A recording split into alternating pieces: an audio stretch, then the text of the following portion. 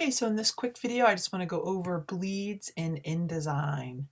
All right, so what is a bleed? Well, what we want to do when we're getting something, we're actually sending something to a printer, we want to be sure to include a bleed. Now, usually in doing this, you would actually talk to a printer first and find out the amount of the bleed. But a bleed is necessary, and what it is actually taking and pulling your graphics and your images off of the edge to a certain degree, just so there is a bleed area. All right. And the reason for this is because when something is being printed and a piece of paper or whatever type of paper it is placed on a printer, there's a really good chance that it will shift and there'll be a white edge on one of the edges, a white line. So pulling the graphics and the colors, the images off to a certain degree helps with that, and then the images are actually cut out. Okay, so here with this document right here, we can see our bleed guides. So we have bleed guides in InDesign. So I'm going to show you how we get these. We come to File, New, Document. We set up our document, and we can set our bleeds right down in here.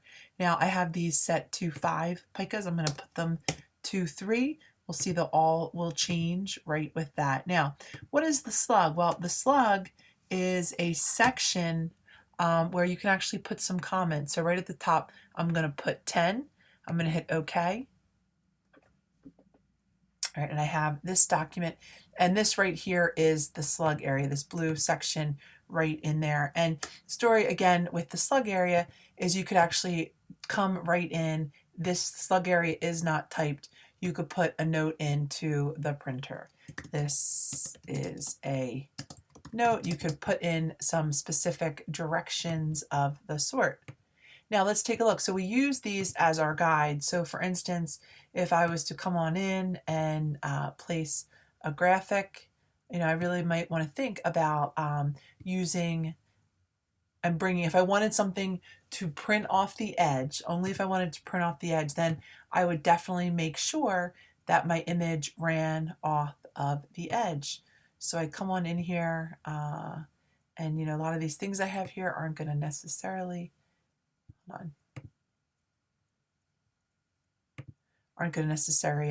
necessarily be just that, but I'm going to take this one, I'm going to open and place this one.